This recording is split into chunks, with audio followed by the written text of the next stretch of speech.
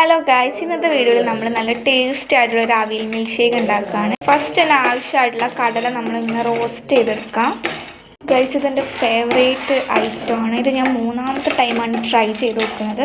എന്തായാലും നിങ്ങൾ വീട്ടിലൊന്ന് ട്രൈ ചെയ്ത് നോക്കാം. റോസ്റ്റ് ചെയ്ത കടല നമുക്ക് വേറൊരു പാത്രത്തിലേക്ക് മാറ്റി വെക്കാം. ഇനി അടുത്തത് നമുക്ക് അവിൽ നന്നായിട്ട് റോസ്റ്റ് ചെയ്തെടുക്കാം. മാറ്റി വെക്കാം. നമുക്ക് ചെറുപഴമാണ് ആവശ്യം. നമുക്ക് ഈ ഒരു പഴം സ്മാഷ് ചെയ്തെടുക്കാം. ഫോർക്ക് യൂസ് ചെയ്ത് നന്നായിട്ട് സ്മാഷ് ചെയ്തെടുക്കാം.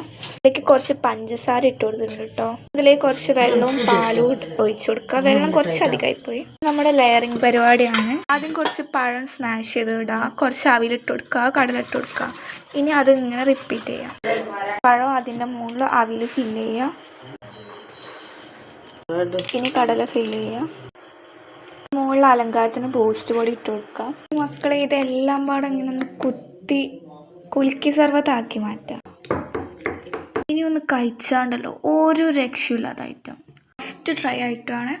ഇത്രയോളം ഇന്നത്തെ വീഡിയോ. ബൈ.